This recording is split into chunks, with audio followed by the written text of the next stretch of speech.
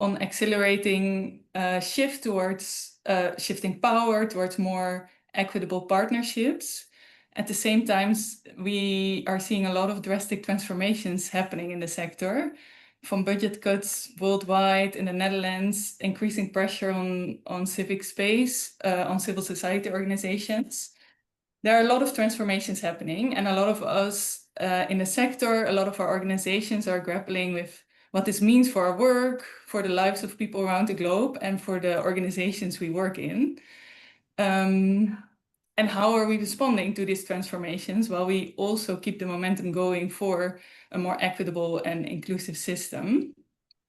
And what remains of the role of the INGO? These are some of the questions we would like to explore with you today. We have a panel of 4 speakers who will share from different parts of the world and different perspectives how they are seeing these shifts, what roles they see for INGOs, and what approaches they see emerging. We hope that today it can be a conversation and a moment also for self-reflection. What are our roles in the system, those of our organizations, and what can we do to transform the system that we work in? We'll mostly talk today about the sector of international development. So maybe some of the roles and the approaches we are talking about, they might not apply that much to, for example, humanitarian assistance or emergency aid. Today we are really talking about the structural international development work that we do. Yeah, just to a note, we really want to invite you to reflect on these questions today, to have a conversation about this. We'll be recording the session as well so that we can share it afterwards. I just want to check, is it recording now or? I believe so, but sometimes it's quite confusing with exactly. the I just want to AI check that the recording utters moving in. But we're going to check it, but it should be recording right now. Yeah, okay, perfect. Before we move into the program and introduce our panelists, we're also very curious to hear what everyone here in the room thinks about the transformations that are happening and how you are responding to it. So for this, we have a Mentimeter, which we will start, yes. If you are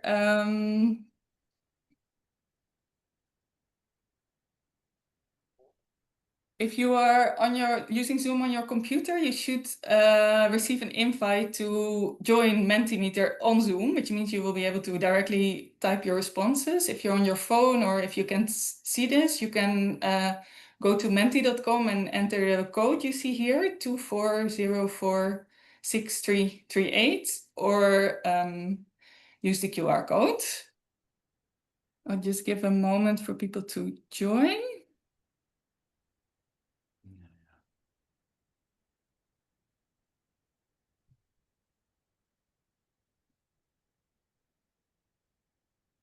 And then we'll go to our first question.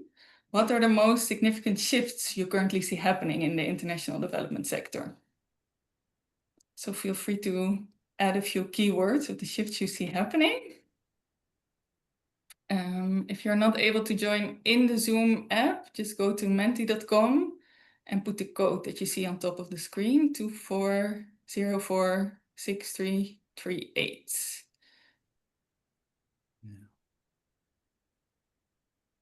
And please let us know if you have any issues entering the Menti. Yeah.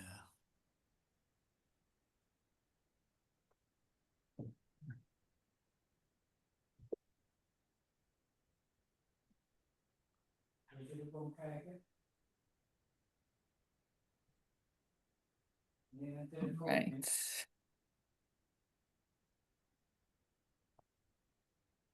We'll just wait for a few answers to come in so that it stops moving. I already see a big one on localization, budget cuts, less funding, US aid dissolution, authoritarianism, shrinking civic space.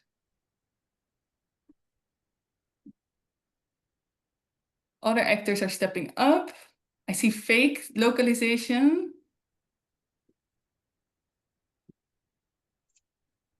civic space shrinking, hospice phase, self-reflection. If you see any of the words here that other people added and you feel, oh, I really agree with this, you can share this in the chat as well. Panic. I see a lot of kind of pressures that we're experiencing. So budget cuts, authoritarianism, pressure on civic space, but also community-based funding, more participatory grants. Other actors are stepping up. So we see a few trends in all these, in the different directions.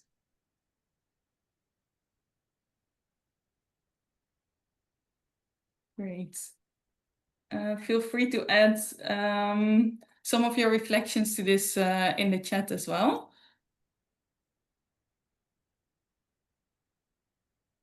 As we go to our next question, namely looking at all of these trends, how is your organization responding to these shifts or these transformation? We have two axes here, and you can give yourself a place on this map or on this visual.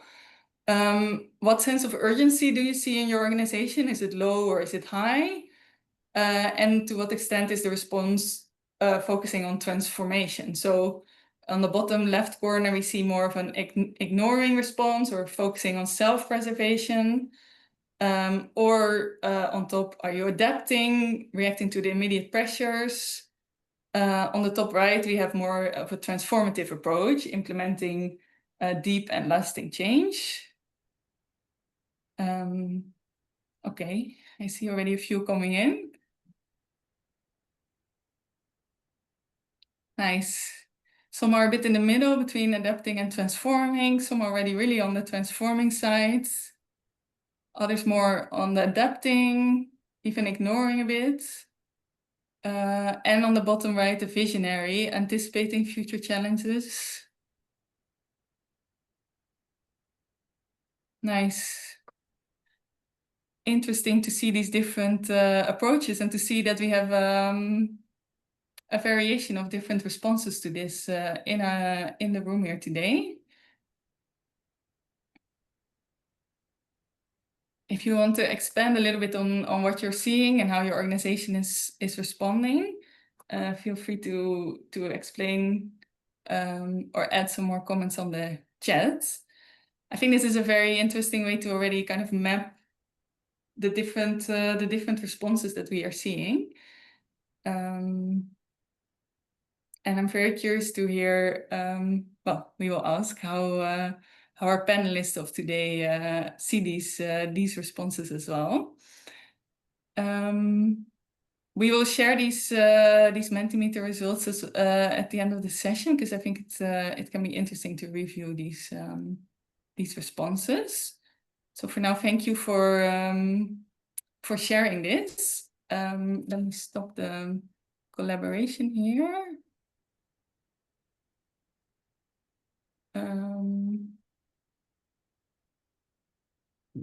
Wait. Okay, and then I would like to hand over the word to my colleague Gigi, who will introduce us to our panelists. I will move the camera. We will now magically slide into Hello. the screen. Hello. So I'll be moderating part of this session today, specifically the panel we're having together with some amazing panelists. As my colleague Anna already explained, we wanted to have a reflection of panelists that also both share perspectives from a Global North INGO perspective, but also from the voices and emerging calls from the majority world on how they are responding to the shifts happening. So I'm very happy to bring into this platform a couple of speakers. The first is Cathy Amenya, the Director of Programs and Partnerships at the Movement for Community-Led Development, also known as MCLD. Then we have Frank Kasonga, Executive Director of Mudzi Connect based in Malawi. Marjolijn Wilmink, the co-director of Max Foundation, based in the Netherlands, but also a couple of international branches. And then Lori Cajegas, Program Coordinator at Wilde Ganzen. I will now pin you on the screen as well, so they're all visible for the other speakers. And we're going to repeat the same question. Basically, you know, there was a question on where do you map your organization? Our question is, what is your organization's answer to the shifts happening at the moment? And what alternative approaches have you seen emerging in your organization? So we're going to start with Cathy. Where are you? Can we see you and hear you? Wonderful. Thank you, Gigi. So I will just start by first introducing what we do at MCLD. And we are known as the Movement for Community-Led Development, which is a majority world-led network. Now we call ourselves, you'll hear me using the term majority world more. And this is just to draw your attention to the fact that countries that are referred to as South-South have the majority of the population in the world. And yet when you look at the South-South versus North, it's always the funders vis-a-vis the majority world. So we refer to ourselves as majority world and not South, just to avoid power dynamics. But so MCLD is a majority world-led network of networks, and we are dedicated to strengthening the power of communities so that they can successfully achieve their own visions and goals. We have over 3,000 local community-based organizations across Asia, Africa, and Latin America as our members. Now, in terms of the question that you have asked, at MCLD, we believe that there's a role for everyone in this transformation, but we need to reimagine what those roles are. And the hard truth is that self-preservation is human nature. But the question that we must ask ourselves is, why are we in this sector? Are we here to have jobs, maintain organizations, or to fight hunger, education issues with dignity? And so then, does our survival serve our original purpose? And so what we see currently is that current aid systems don't put money in the hands of communities to solve their issues with dignity and sustainability. Instead, they treat communities as dependents who need things done for them and not as capable people who need resources to solve their own problems. And so the problem with the current system is that it is trapped in service delivery mode. And as long as we think this way, the need for financing will never go away because we are not addressing the root causes. So in our opinion, what do communities actually need? Communities need solutions that treat them with dignity and not as dependents. They need money in their own hands to solve problems with sustainability. Flexible financing that responds to their priorities, and funding that facilitates community mobilizing, not programs delivered to them. To this effect, we need spaces for collective action and government engagement. And so what kind of shift do we need? INGOs need to move from implementers to facilitators, from service providers to resource mobilizers, and from program managers to relationship builders. And so for us as an organization, the bottom line is that we need to move away from self-preservation and start thinking of communities. When communities have power, resources, and connections, then they don't need us to survive. Thank you. So I'll stop there. Thank you, Cathy. That's a powerful kickoff. I think you also tackled many of the questions that would follow. Makes it easy for me as a moderator, but that's no problem at all. For a very clear call from your end, let us now hear from Frank Kasonga. What are your reflections? Thank you so much. I'm in a low connection. Let me know if I'm being heard by everyone.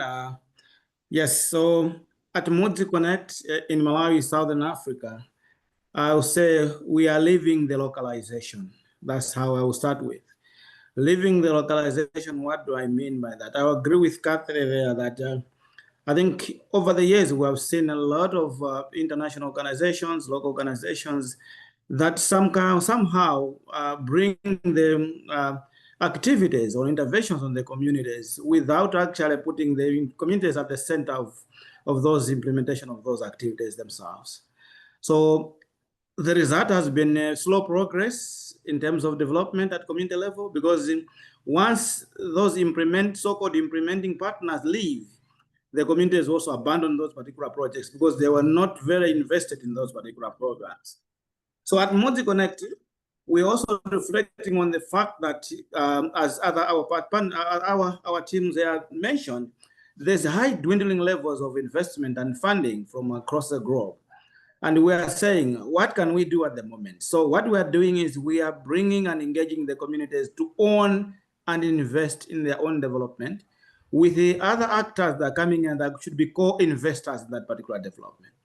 So we are working with communities to identify their own solutions, identify the investment streams in terms of the funding within the local, they make contributions, and then encouraging other partners to come and match those communities to ensure that they own and live that particular development. I think what we aim to bring out on that is, one, where communities are working on programs that really affect and impact their lives, where their commitment is high because they can invest in their own programs. And also, above and all, the leadership of the communities is being developed along the process to ensure that we don't just implement, but the leaders are being generated and grown in that particular level to carry on the work that we are doing. Because we know and agree that sooner or later,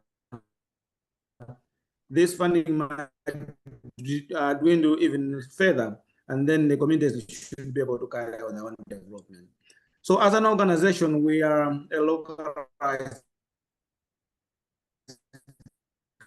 grant-making organization that we partner with communities to ensure that they move the resources into their.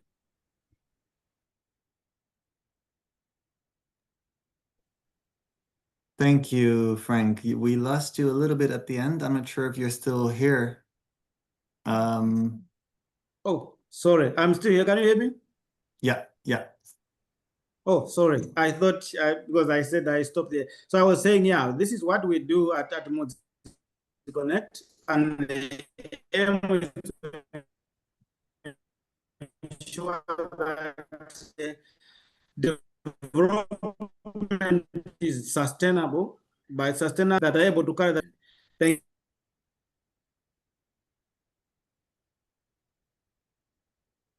Thank you so much. All right. I believe the connection was breaking in the end, but we'll have another chance to hear more from you. So thank you for sharing your perspective on local community investment and what is needed for local leadership to really thrive. Moving on, let's invite Marjolijn Wilmink to share their perspectives. Yes, thank you, Gigi, and I very much agree with the speakers, Cathy and Frank. So, but let me introduce Max in one sentence. It's an international non-profit organization that designs and delivers scalable approaches that impact child health. And we primarily work in Bangladesh and Ethiopia and are seeking to expand to other African countries. I leave it to that because I will go more into how we work. So first of all, I want to say that I fully recognize the dilemma that we as international NGOs are in. I mean, there's a very human and organizational instinct for self-preservation, and that is understandable. But what I miss in the debate so far is a more fundamental reflection on how aid has to be reorganized. And instead of tweaking the old paradigm, and you were talking about transformation, I believe that we really need to step back and ask ourselves, how can we make use of the limited resources to support these self-sustaining local systems and locally owned impact that Cathy was emphasizing. And that means that we need to rethink our role as INGOs entirely and moving away indeed from being service deliverers, from delivering projects to enablers of, you know, local autonomy, stronger systems, and also create more resilient responses to the global shocks that we are now encountering. So very much agree with that. And to go to Max, I think we were and are lucky that we are a small organization, so that gives us a bit more flexibility to pivot our strategies. And about 2 years ago, we already made the decision to deliberately shift.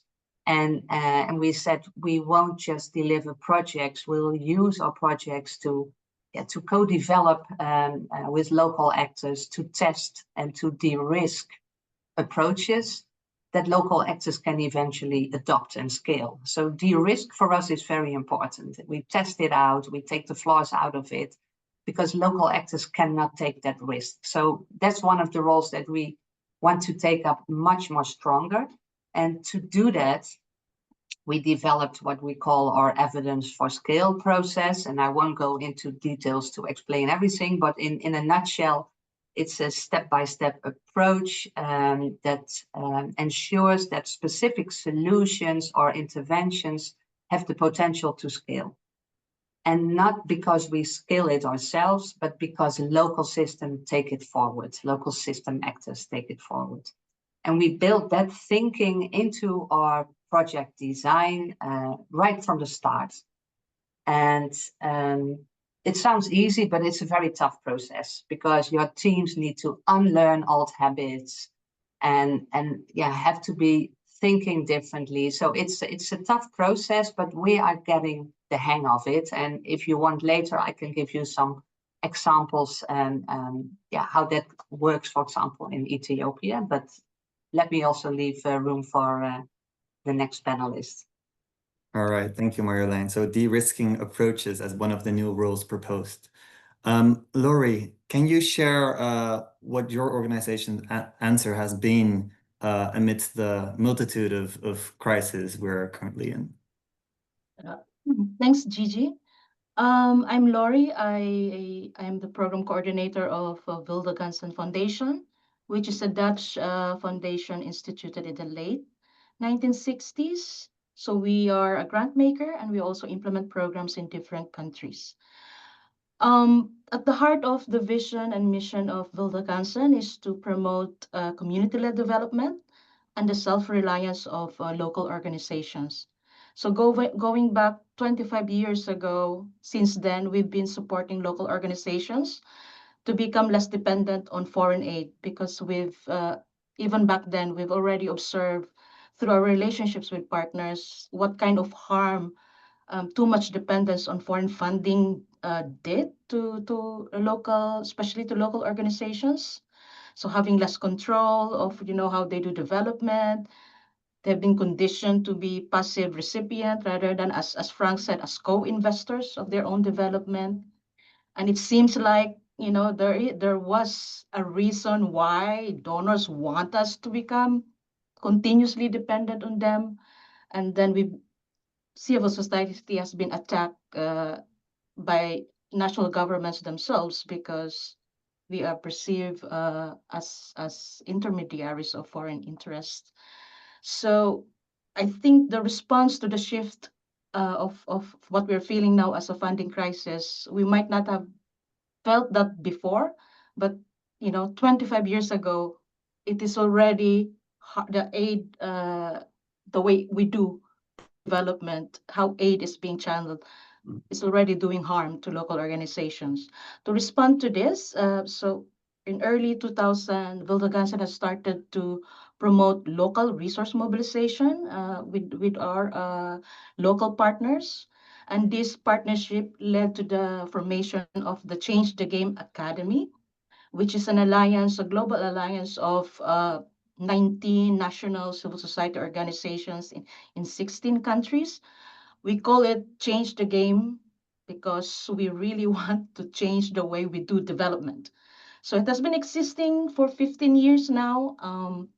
We work with around 300 local trainers. It's a global network of local trainers which work directly with local organizations through online and offline trainings and coaching and multiple languages, and also they're adapted to their own contexts.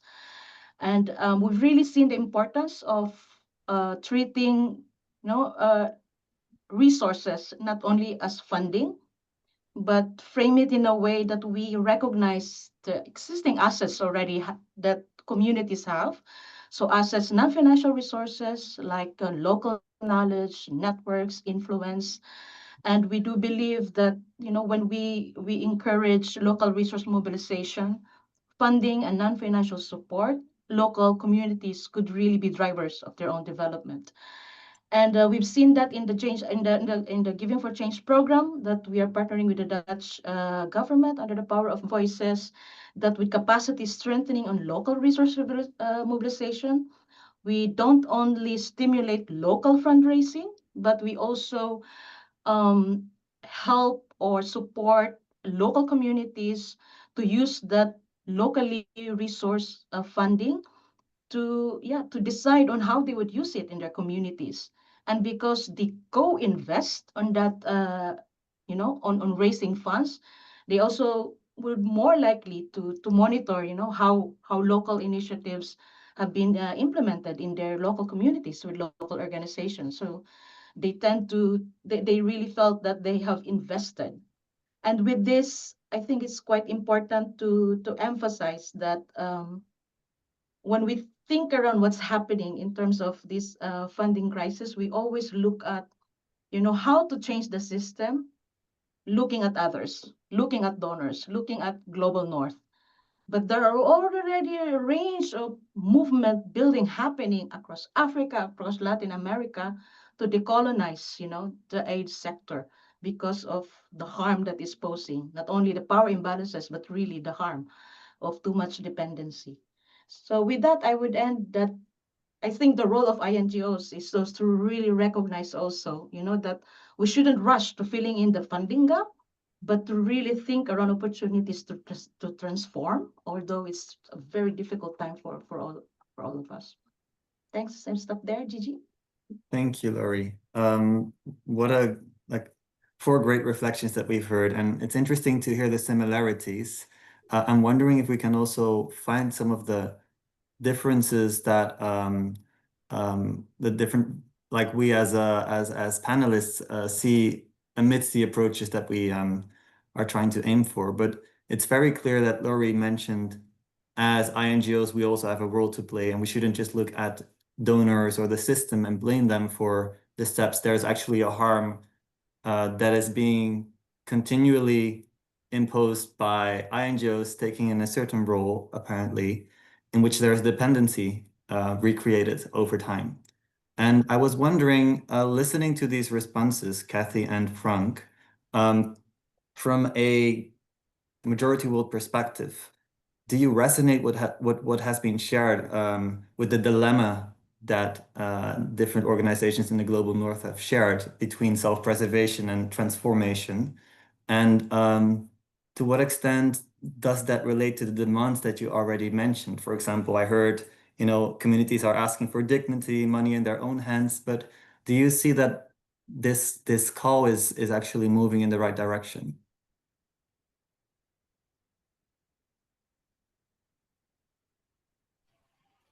I'm not sure if Frank would like to go first, but I will. I think we are headed in the right direction. At least our hearts are in the right place. I think the question for us, or the honest answer from a global south perspective, is that one, we do need INGOs, but we need them for a transition period, and we do not, and not forever. Definitely not in their current form, but we do still need them for certain things, or for them to be drivers for certain things. For one, we need them for access and privilege. INGOs, as they are now, can open doors that are still closed to global south organizations. Two, resource mobilization. We see that they have established relationships with major funders and can raise significant funds. They also seem to have trust. They seem to be trusted more than some of our local organizations in terms of managing funds. And therefore, this can be something that we can work with to transition to. I think also in terms of global connections, they can connect movements across countries and continents, something that local communities still cannot do. This is something that I always find very controversial, but in terms of risk absorption, they can take on bureaucratic and some political risks that might be dangerous for local organizations. But here is the key. We need INGOs that are actively working to make themselves unnecessary. And what does this look like? That means transferring relationships, introduce Global South organizations directly to funders and step back. Share access, use some of your platforms to amplify global majority voices, and do not speak for them. You can also build bridges where you connect movements across borders, then let them maintain those relationships by themselves. And for us, so we view this, what is the test questions is that, are you building Global South capacity to do what you do, or are you protecting your own relevance? Yeah. Eventually, strong global majority movements with direct access to resources, global networks, and political power will not need global minority intermediaries. And that should be our goal.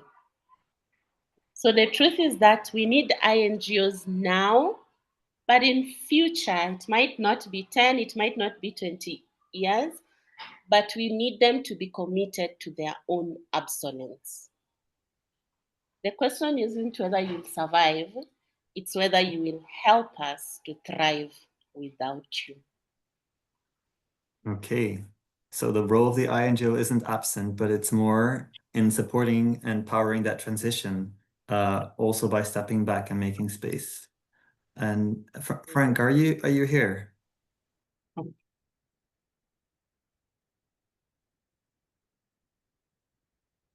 We may have lost Frank. Yeah. Yeah. So can you hear us, Frank?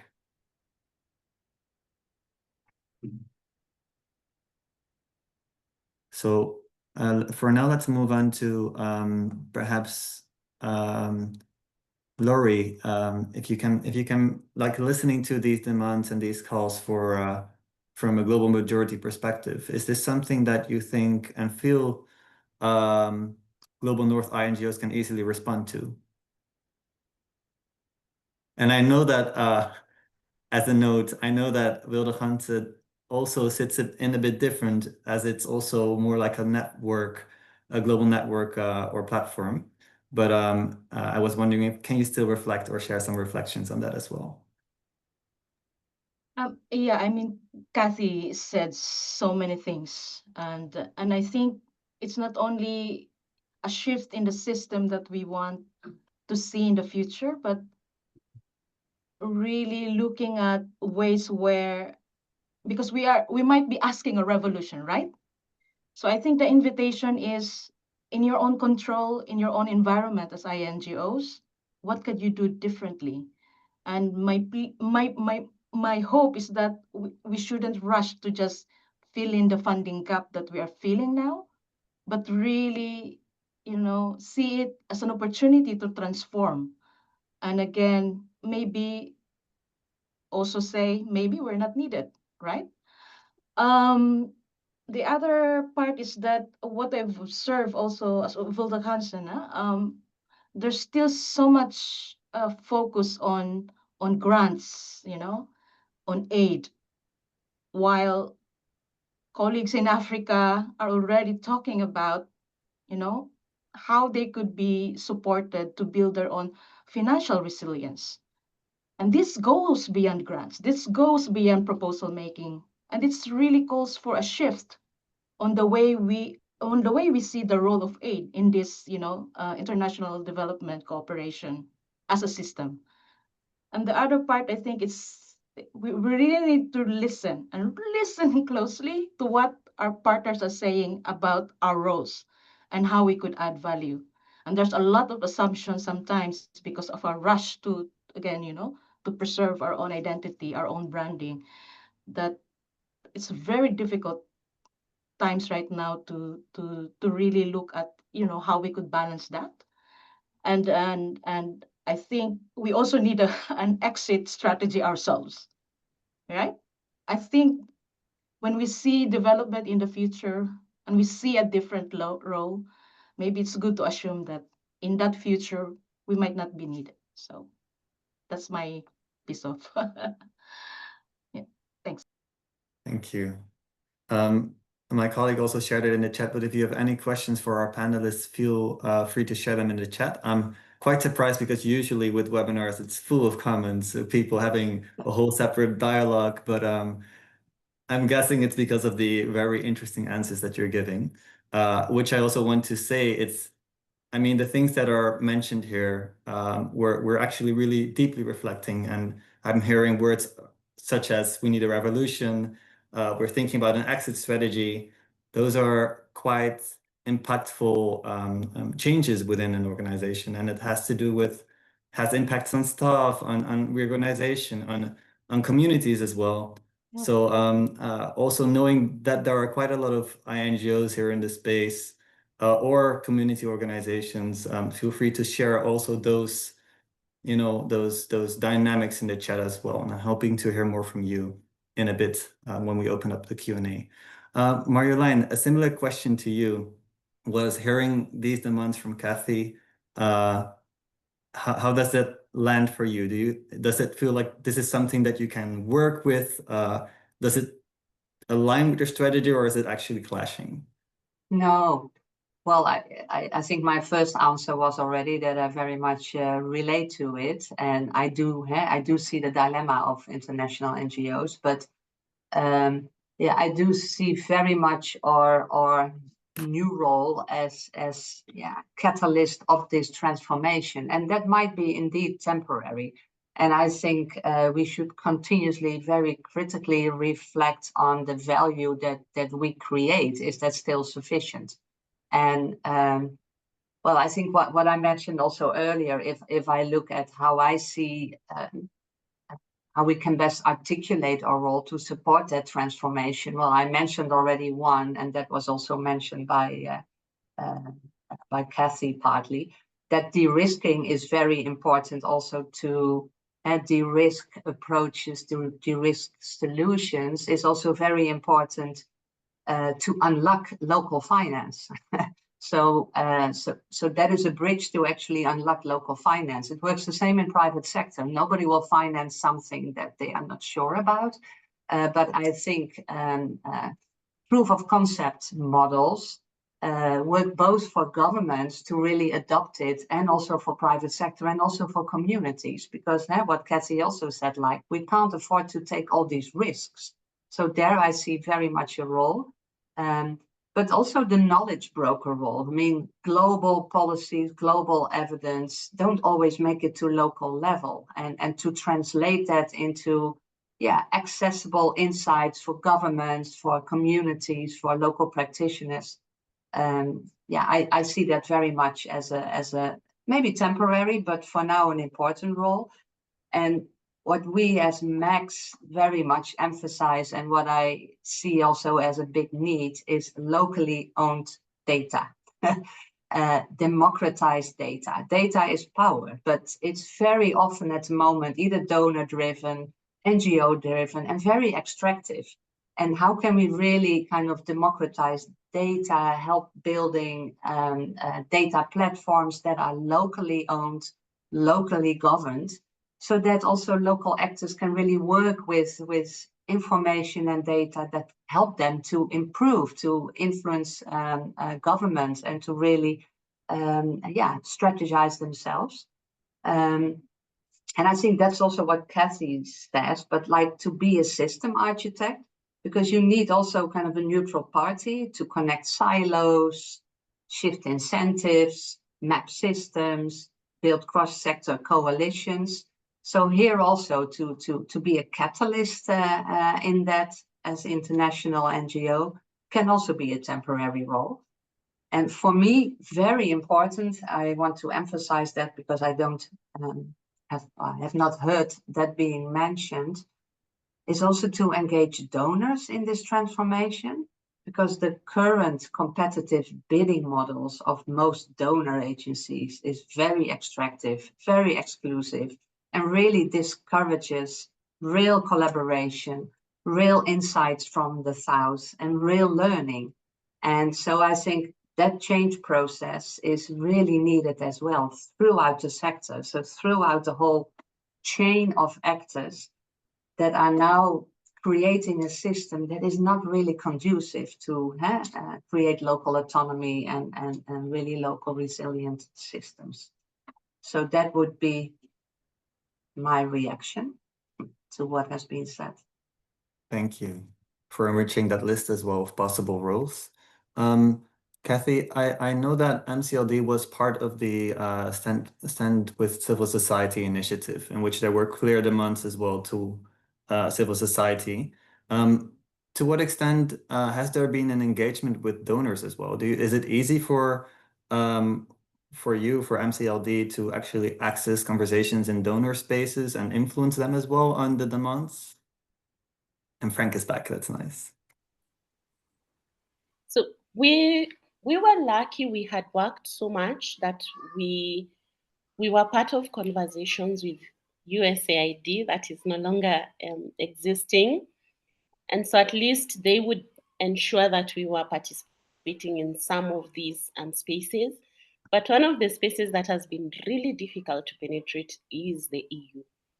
And that's because it seems to be a very closed system, but also the way now funders are working, it is, they no longer invite, they only invite people they know, which becomes very difficult for us, because if you don't know us, how are you ever going to know us if you do not put these calls publicly? Or so we see now more and more foundations and funders seeming to close that space, and they only want to fund people that they know. And we keep questioning this and saying, how are you going to reach the multitudes that you need to know if you only want to talk to people that you know? So for us, those spaces have been very difficult to access, especially for community-based organizations. So funders only want something that seems attractive, it has lights, but we all know that community work does not come with those lights and bulbs. So that is one of our biggest challenges, I would say. Just to react directly to that, Gigi, if I may. Yes. So I think that I think the role of INGOs to be intermediaries, that would remain. But how you would transform that role, and that you also gain, respect from those, especially when you engage in closed door donor conversation, I think you have to build your reputation that it's not that you are the voice of local organizations, because I've also heard from local partners that they recognize, because you are there in the Netherlands, you are close to these actors, and you have easy access, then how can we build relationship? So I could trust you that whatever you will be saying there, it's what you've observed in our partnership. And I think what I'm observing now is that foundations is a very, very difficult funders group. And luckily, Wilde Ganzen have access to these donor spaces, but there are still very difficult conversations around, why we are opening this space. it is European foundation, and also thinking around how we could be legitimate when we talk to EU as foundations. So there's still this dilemma in terms of legitimacy. And I think INGOs have very right role to help or support local organizations, you know, to claim this legitimacy, and also not to access the spaces, but continue to demand whether those who are representing the voices are the voices that, you know, the only voice that certain actors should listen. Thank you. I see your hand raised, Marjolijn, but I would like to go to Frank first because we lost you for a while. Frank, I'm not sure if you were able to follow the conversation, but there was one question specifically on what would be the demands from Mudzi Connect as a majority world organization towards towards basically the global north, in the demands and the changes and the shifts that should take place. What is for you really necessary to see? Hi, everyone. Yes, I've been following quite okay. I hope you can hear me. I think for me, the biggest question that all of us as actors in this development space, we need to ask ourselves is are the models and the systems that we have been doing development working? Have they been working all these years? And I think based on the answer that we get from there, I would say, I think the majority of them, especially who are working with the Global North, have not really been working. And I think that's where the starting point should be, to say how best then can we make these systems work. I think this is what Cathy was saying in there, and I think was saying, to say, when we do this analysis, normally I would say what needs to change and who needs to change. Okay, so when we identify that, then we will realize that probably things that we're looking for now, what should happen is not just direct investment, not just fake kind of localization where people say we have localized when they are actually coming there and working directly again, just changing the name of the international organization, becoming local when they know it's controlled abroad as well. I think that's not what we are thinking should be happening. It's the change has to be from the bottom. We want to change and we go direct and we want to work with the people. It has to be issues of partnerships. So you recognize that people in the global north have capacity, and all what they need is just to be enhanced in that capacity. They can implement and engage in their own development. So we also need to understand that whatever we should be doing now should be investment. Investment in the sense that at a certain point, those organizations, actors, and local NGOs should be able to stand on their feet and move. If, for example, the INGOs get tired at one point, like we have seen, policies can change, rules can change, and all of a sudden INGOs can go. What will be left on the ground? So I think for me, it's not, I'm agreeing with everyone, what everyone has said, but it's the critical point is to say, just sit down and relax and say, are we making the required impact that we want to make? If not, how can we do it better? And for us at Mozambique, we believe the local led development is the way to go, where you are not just giving funding, but you're also investing in their capacity, you're investing in their systems, that they can take over all the development should there be time when people will pull out. Thank you so much. Thank you, Frank. And also that last point, just to iterate that the local resource investment is a very, I've seen examples from your organization as well, and it's really important to understand that resources can be locally sourced as well and invested in communities, and in combination with social investment that can really create a very powerful solution as well, in which you really see an absence of another or the currently aid system. I'd love to move to a couple of questions, and perhaps, Marjolijn, this could be part of your answer as well, or you raised your hand. One of them is the first one. What if we declared the INGO dead? Would that move us free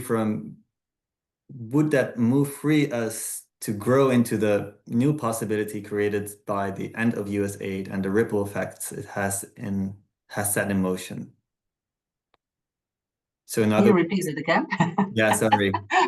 In other words, if the INGO is dead, would that actually free us from our current system and create new opportunities and possibilities for moving and transitioning into an alternative system.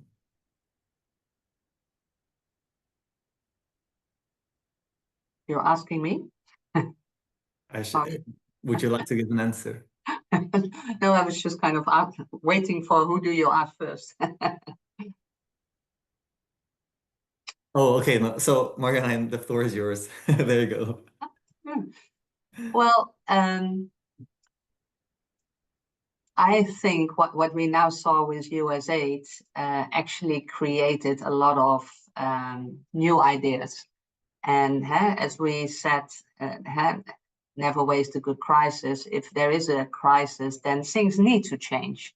So if we would not be there anymore, I am sure that looking at current developments at local level, strong community networks, strong governments, strong national NGOs and private sector, that this can, further develop. And to be honest, I don't think that it will be a complete disaster if we pull the plug.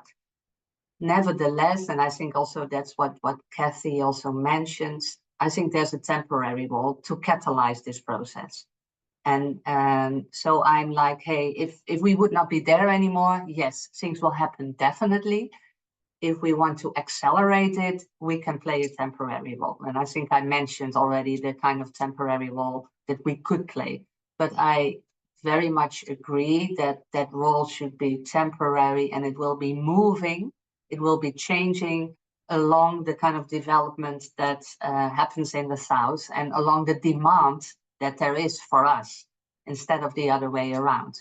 It's now we are offering a supply, and I think it should be very much demand driven. And yeah, I already articulated where I see the roles. So yes, acceleration of a process, but without us, I think it will also happen. So that's my short answer. Would any of the other panelists like to reply to this question?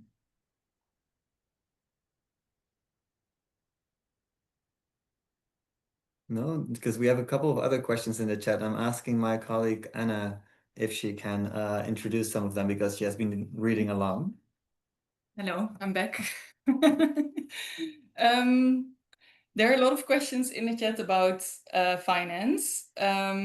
First of all, if maybe some of our panelists would like to expand a little bit of how we can engage with donors to change their positions. And what are your organizations asking donors to do differently and in how they are engaging with INGOs? So let's start with that question. Who would like to respond to that?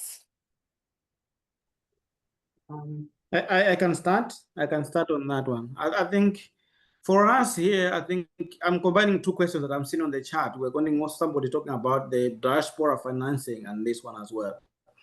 I think what we're doing here is we are formulating organizations or groups and community groups that are engaging people in diaspora to finance development at local level on one app, and then also engaging donors to come and match that particular funding. So for example, the local communities will put together finances, resources, and everything.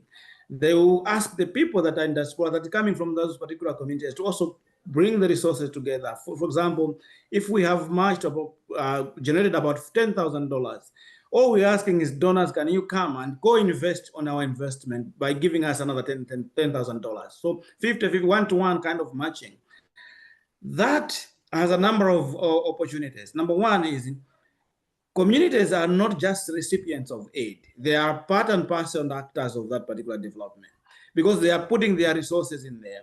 Now, what that brings is gradually they are learning lessons on how to do development on their own.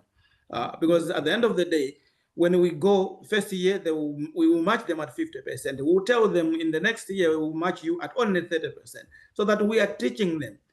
People say, if you want people to grow, don't give them fish, but teach them how to fish. So this is the way that our donors were saying, can you start teach us how to fish by also matching us and then gradually going along with us as we do this development. And our belief is that by that sustainability, ownership, and also leadership is being developed at the grass level. So what we're saying is the donors should come in and say, if we agree in these terms and or the areas that they're working with, can we work with them to co-finance this development so that in the process they're developing their own assets and skills going forward? We cannot, unfortunately, we cannot dictate on what donors say because they have their own way of doing things. But what we're saying is we are trying to project to say peer-driven change or local-led development change is the way to go. And if you invest in this, you are going to have a higher return on your impact than if you do the otherwise. I think that's what we're doing. Yeah. Can I also react to it? Cathy, would you want to add?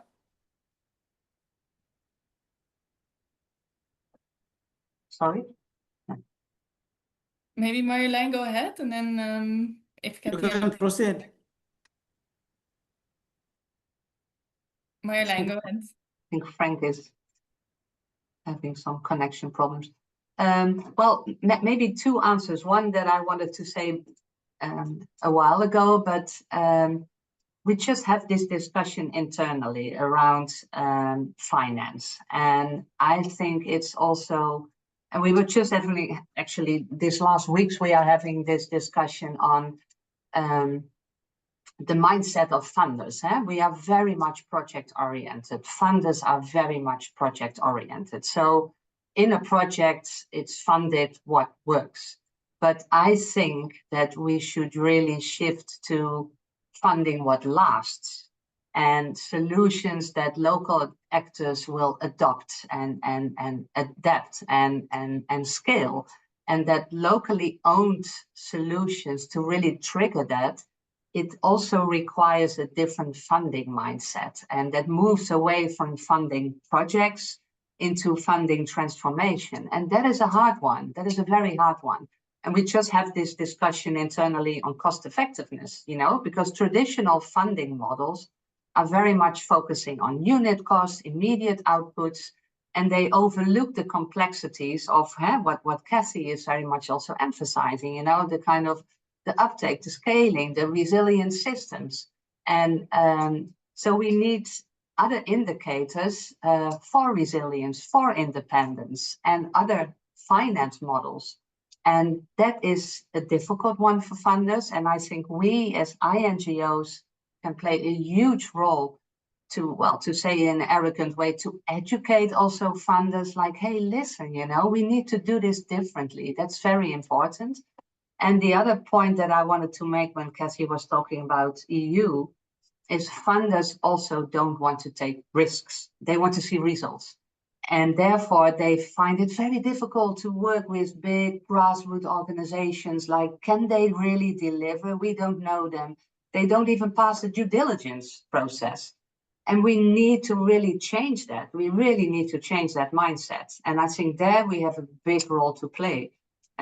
Because the whole system is not working towards creating real independence, real resilience. It's just not there.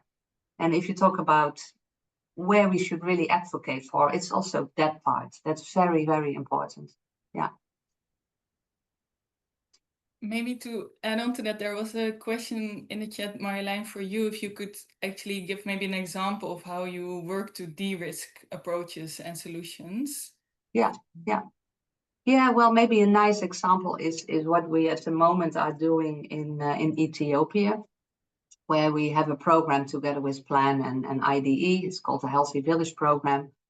And it's part of a bigger Ethiopian governmental program to fight stunting.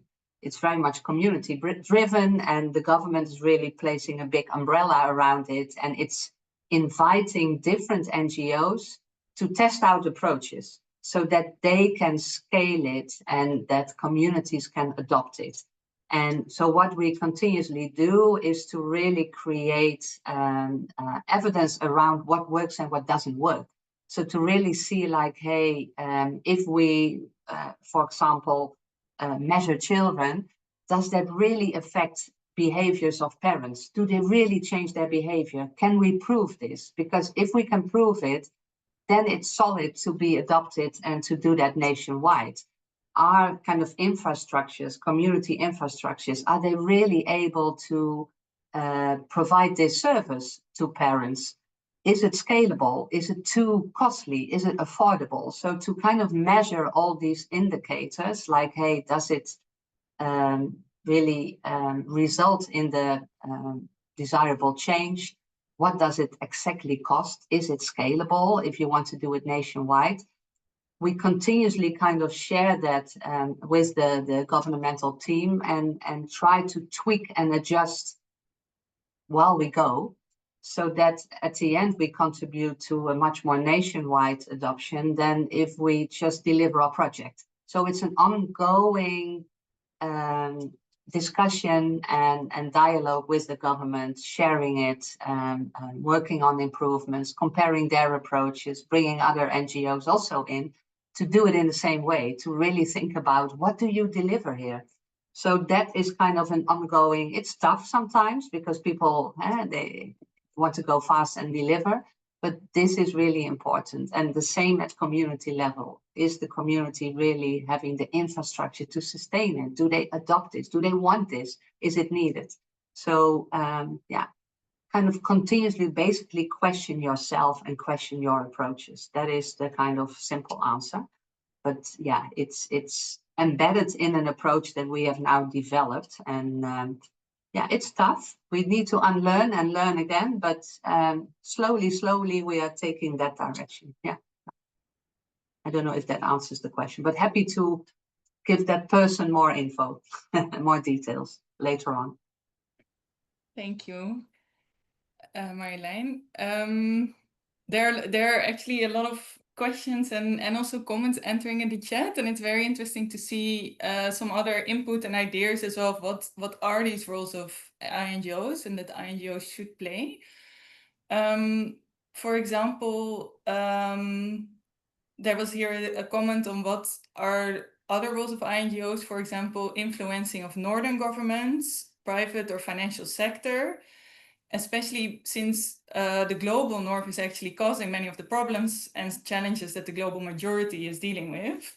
So is there a role for INGOs there? And there was also a question earlier about reforming. Is there a role of INGOs in reforming the global financial structure? Development finance institutions are keeping majority world governments stuck in debt traps. So would INGOs work to advance financial resilience and independence? Require efforts to change these dynamics. Would any of the speakers like to respond to these suggestions or questions? Laurie? Yeah, just a reaction. I mean, INGOs would still have a role to influence global institutions, global donors. But I think the question is that we have to learn from what this crisis has done to us in terms of, you know, your independency in terms of taking positions, your consistency in terms of just stick to one topic for 10, 20 years and not change topics while your donor changed topics. So I think there's much to learn on how not to do business as usual. Maybe the step is that your list might not be the list. So think about starting a new organization. What new things could you do and do better? I think that's my reaction. And I think donors are really still stuck now on how to reach local organizations. And that's very inefficient for most donors. So the role of intermediaries, there still, I do believe that INGOs could play a role. When I talk to foundations, that is the role that they see INGOs could do. But you have to do it differently. Do it in a way that, again, you have to think around who owns knowledge, who leads in your country offices. How do you really want to, decolonize the way you do things as before? And also, what we're calling donors as Wilde Ganzen is to trust local organization more. And that also means, reframing and how they because there is a way that we could have a more equitable partnership. And I think what we've learned at Wilde Ganzen is that we really want to try a way to do projects, but look at how we maintain, sustainable partnerships, like equitable partnerships. And we feel that we can do that because we don't depend so much on big aid donors. With unrestricted funding, you have so much leeway to go into a partnership that doesn't have a project period. So we have relationship with partners in the Change the Game Academy for 15 years without an ending period. So I think there's a lot to learn on the independence and also the resourcing mechanism of INGOs, and how you also see your own financial resilience. But again, we have to also look at, check our relevance from the perspective of those who we are serving, and not for our own preservation, as Cathy has mentioned at the beginning. Thanks. Maybe I can also add that when we're looking at financing, one of the things that I think where INGOs can come in is to help and see what is the stream of this financing. Recently, there was a very interesting photo going around where someone posted that, bringing telcos and, financing AI in Africa and bringing money into Africa. But that photo on that table, it was all white male men. So then the question was, where are the Africans in this photo? And now we see more and more that telcos are being financed and other projects are being financed, where it's being said that it's African, but people who own these companies are not Africans. This money is going back to US, Europe, and all these other countries when it comes to AI. So I think there is where also, how do we start financing the global majority so that they can have money by themselves and not through intermediaries? The other question that we as MCLD have really been pushing for right now is on the issue of spaces for collective action and government engagement. More and more we realize that bilateral agencies and funders prefer to fund governments, and this is because of sustainability. But they're leaving a gap where no one is going to be holding governments accountable. And yet they're not willing to finance civil society organizations to hold governments accountable because, again, we are too risky. Now, I will give an example of one of the projects that our national association is implementing in Kenya, where they came up with a project and they have been interacting with the local government in Makueni County. So they trained this the county government on community-led development and how to include communities in decision-making processes. Then once they trained the county government, they also went back and trained the community.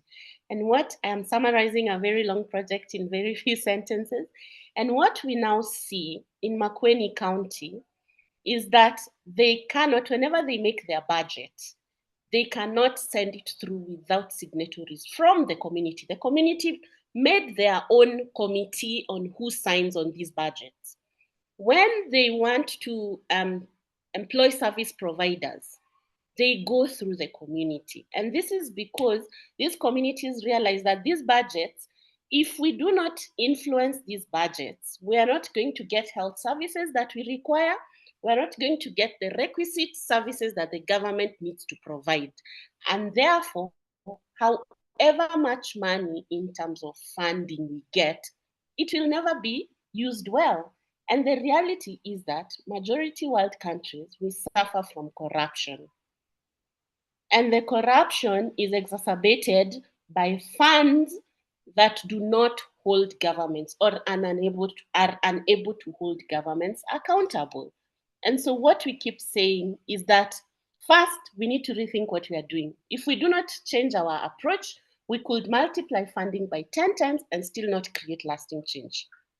Current systems do not put money in communities' hands, and therefore they keep treating people as dependents. But we need systems where communities can hold their governments accountable by themselves. And what does this mean then?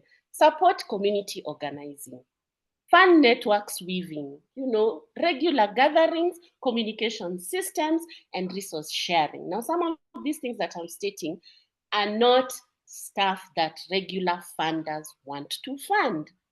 Build Exactly. connections between movements and communities. Yeah, and I think there, Cathy, also data play an important role. If you want to hold your government accountable, you need to have information.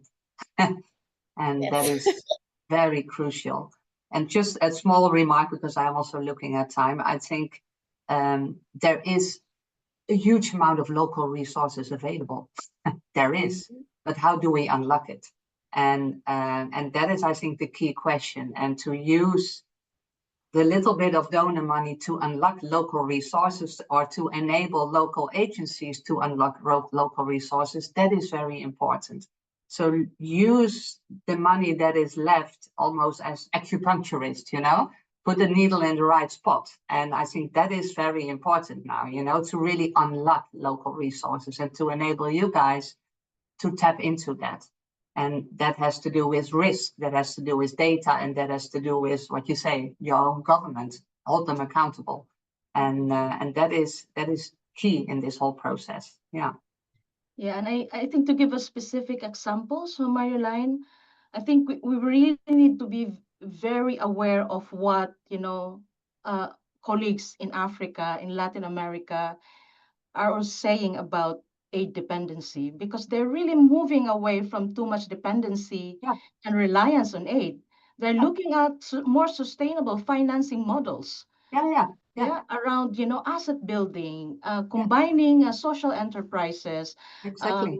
And I think the questions to INGOs is that how would you meet partners in a way that you could also support them in this challenge, and also interest to explore that new sustainable financing models. Because up until now, with the foundations that I've been lobbying, they're still not yet there in terms of willingness to invest. For example, for an organization to create and manage endowments, hardly. I only know Ford Foundation doing that. And also, look at maybe combining impact investors with aid and supporting this trajectory along, really helping on financial resilience. And that is really what I see as emergent sort of opportunities that they're telling us. Exactly. And also looking at how we could also engage donors to support this, new emerging needs. And for us also practical questions, how we could, create spaces where, for example, Wilde Ganzen could bring in organizations that are adapting the sustainable financing models, and also link them with those who are interested. And the East Africa Financial Resilience Hub is already doing it. So we will really miss this really new, interesting, emergent, practices that it's already there. So we have I know, for many years. For many years, yeah. I'm going to intrude a bit here, also keeping track of time, but it's so nice to see this discussion evolving. I have a final question, but I did want to mark a couple of comments. There have been some really interesting resources shared by some of our peers who have done like a couple of publications, other reflections as well. There is a comment rightly pointed out that there is also a power of language here. We're speaking in English, which is also excluding, for example, Francophone speaking countries as well. So thank you for that comment as well. And have a look at the initiative between CARE RDC and CARE Netherlands on localization. But on a final note, I would like to ask each one of you, for those soul-searching INGOs or NGOs or organizations, trying to figure out how to keep their heads up or to move or pivot in these times, what would be your advice? Like, what is a step that they can take to just get out of that inertia, that freeze and fight and flight mode? What is for you the advice that you would give for the soul searching INGOs? And let's start with Frank this time. Yeah, thank you so much. Before I lose my network again, I think I will support what Marjolijn was saying there. For me, three things. Number one is I think there should be deliberate efforts to ensure partnerships that are lasting and are impactful. Number two, I think the issue of unrestricted financing, unrestricted funding is critical because it opens doors for those organizations like us to start investing in unlocking resources that can generate furthermore work on the ground.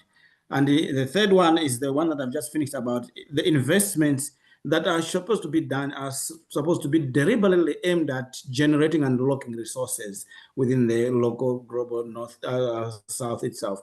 Because that, when we unlock the resources, then the dependency will be gradually deteriorating a little by little by little by little. At the end of the day, we'll have a movement that is sustainable, they can use their own, and this investment should also be in the system on how they can link and generate with their partners within the area itself. So that is the key for me. Thank you. Thank you. And to Cathy then.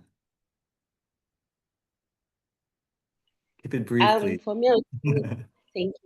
I would say keep your head in there and focus on the ball. Why were you set up? What was your goal? Are you meeting your goal?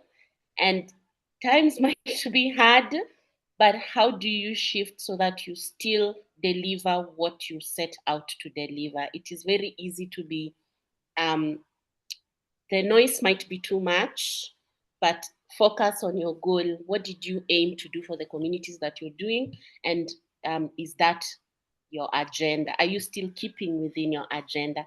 But just to throw in one or two things in terms of investment also, think of shifting from charity to agency, create non-charity options where communities can generate and steward wealth on their own. Capital control shift. So we need to move from wealth investors to movement and communities, help communities to build investment muscle. That is it. I will stop there. Thank you. Marjolijn. Yeah, I agree with Cathy on the why. Go back to your why, but also ask your local partners, communities, if you're actually still doing the right thing. And let this guide also tough decision, because these are tough decisions. So that is also what we really need to acknowledge in this whole process, this kind of dual nature of the challenge. It's strategically needed, but we also deal with people in our own organizations. So that is important, I think, because it's to think about the end of our own organization has this dual nature, I think. Map the local ecosystem, so really kind of mapping who's already doing the work, local government, community leaders, entrepreneurs, and are we strengthening those already ongoing great things, or are we in the way? So we need to be very critical about what we are doing. And I think based upon that process, redefine your role. Start piloting new ways of working, gradually shift to new operating models that are really locally led, but continuously be critically self-reflecting.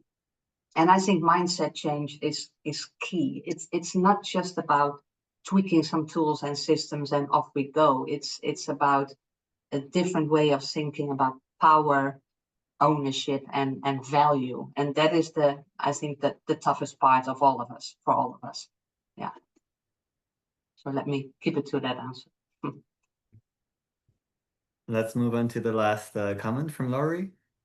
Yeah, I support what Marjolijn said. I think we really need a deeper reflections around, how we could really shift away from preserving, this system that we already know, not only this year or last year, but it's been there.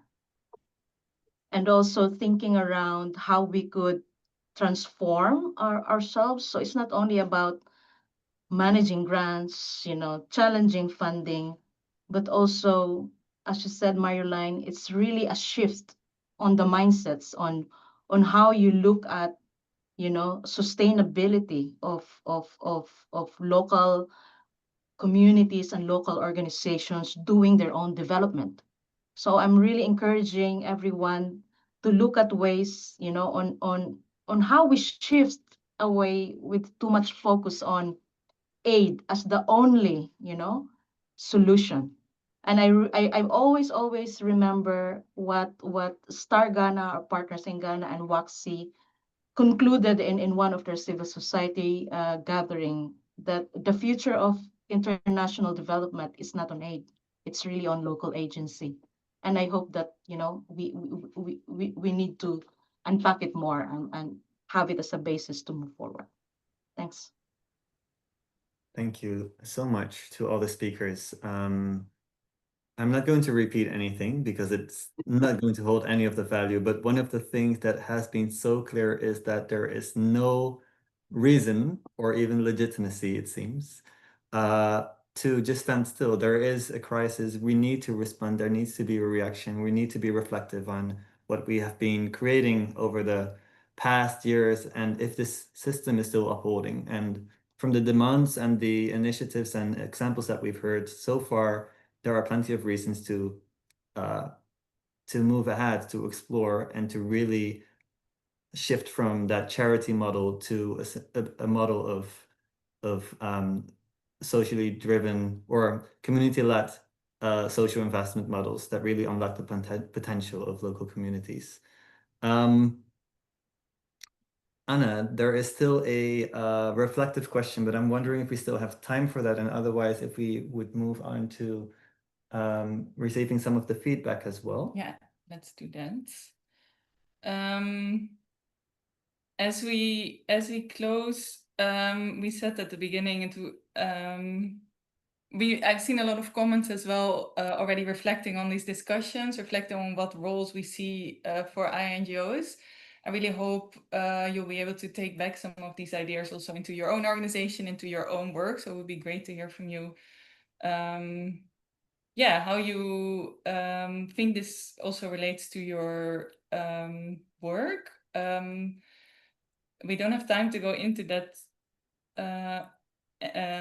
at this moment anymore, but we would like to hear from you what you thought about this session and what could be potential ways to continue these conversations, because I do feel this is an ongoing process for all of us to reflect on our roles, but also conversations we should be having within the with each other and within the sector. And I've seen a lot of interesting input in the chat as well. So I really hope we can follow up on that. And for now, I would like to ask you to just take a few minutes to also fill out the evaluation, a form to evaluate the session we just had. I also shared the link in the chat, because this also really helps us to see how we could shape future conversations around this issue. So you can scan the QR code that's on the screen or click on the link that's in the chat to just fill out the form. And apart from that, if you would like to share any reflections with the group on what you take away from this discussion, also feel free to add those in the chat, because it would be really great to hear from you. And I think we only have to thank our speakers for sharing these wonderful insights and your reflections. It's been really interesting to moderate this discussion as well. Very tricky and difficult as well, because it's going all directions, but I think the demands and the call for change have been clear. So thank you so much. I really welcome everybody that participated to stay connected with us through our mailing, check our website, our LinkedIn posts. More will come, because Partos is also trying to be trying to facilitate that transition as well through conversation, through connecting and prototyping. So thanks again. Have a lovely day, and hope to see you back soon. Thank you so much. Thank you to Gigi and Anna. Thank you. Thanks, everyone. Bye. Bye. Bye. Thank you. Let's see how- Bye. Bye. Bye. Thank you. Bye-bye.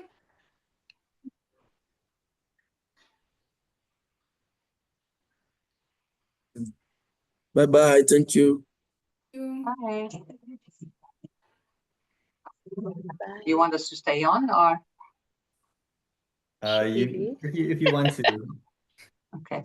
Then I always will wait. welcome for a chat. Then I won't close.